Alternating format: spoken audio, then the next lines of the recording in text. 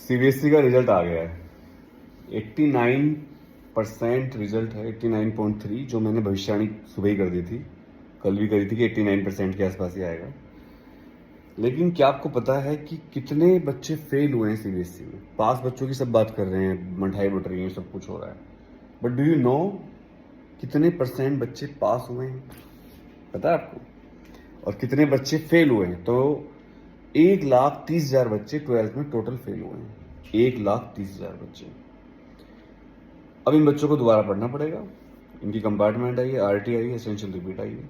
They have to prepare again और they have to work hard again. तो उनके लिए मैं बस एक बात कहूंगा, रुक जाना नहीं तू कहीं हार के, कांटों पे चल के मिलेंगे साए बहार के।